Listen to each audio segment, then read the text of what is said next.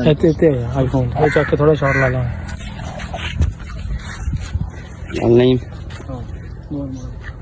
अस्सलाम वालेकुम दोस्तों, की हाल चाल ने ठीक ठाक हो। जिस तरह का तुम मेरा यूट्यूब चैनल देख रहे हो हाफिज मोहम्मद नईम व्लॉग नाल मेरे अबू बकर भी खड़े है जी। आ साढ़ा एक माशाल्लाह बड़ी दूरों फैन है असी जी शोरकोट कैंट तो कह रहा है जी मैं यार थोड़ी वीडियो देखी ने, वीडियो देखने के बावजूद कह रहे यार अज मैं वीडियो बनानी सी, इस वास्ते असी वीडियो बनाई अज माशाल्लाह मरब्बे वीडियो बनाने वास्ते अस गया पिंडा वाले तो बड़ा कोई ब्रांड नहीं। इंशाल्लाह जिस दिन असी वायरल हो गए ना तुम लोग तो साढ़े को चल के आया करो। दस भी अबू बकर किस जी बिल्कुल जी, भाईजान साढ़े को आए ने माशाल्लाह असी शूटिंग करन आ रहे ने सी ऑलरेडी असी आने इत्थे असर तो बाद मरब्बियां दे विच साढ़े को जगह नहीं है, पार्क नहीं है, मतलब जिथे जाके असी अच्छी सोसाइटी दे विच जाके कर लीए ते लेकिन शूटिंग असी कर रहे सी। भाई हुणी लंघे इत्थों बाजार नाल ही चलदा है, उत्थों आए ने साढ़े कोले कहंदे थोड़े नाल वीडियो अपलोड बनानी है। मैं कोई मसला नहीं है, ताबेदार साढ़े फैन है, इन्होंने लाइक भी करना, शेयर भी करना, सबसक्राइब भी करो ना चैनल ते जाके सपोर्ट मारो। अल्लाह बड़ी मेहरबानी।